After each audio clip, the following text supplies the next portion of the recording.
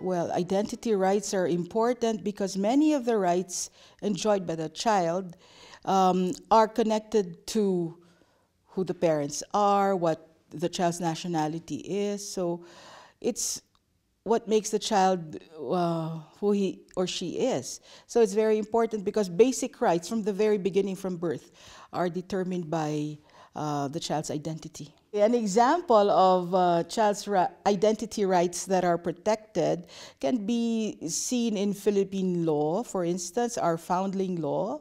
Well, in the first place, a child's nationality, for instance, is dependent on the parentage. And so in this case, we had a senator of the Republic who was running for public office, for presidency, in fact. And the problem was that she was a foundling. And so the question was whether or not she can be considered a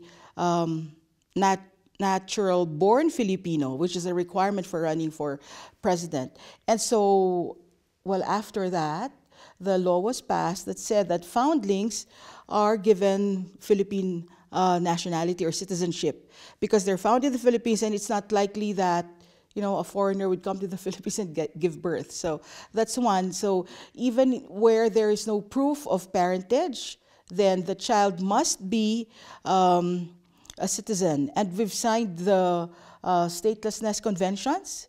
So yeah, that's our way of making sure that the child is not without a state.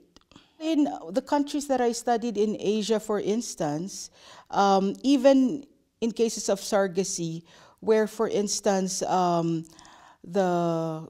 Cambodia, where it is not allowed, there is no issue that the child is considered a Cambodian citizen, and at the very least, the child is deemed to be connected to the mother. So a child who is a product of surrogacy is not without a parent. In many of the Asian countries I studied, the child at least has one parent, who is the woman who gave birth to that child. So maybe there's a question as to who the father is, but definitely the child has a relationship with one of the parents, which is the woman who gave birth to that child.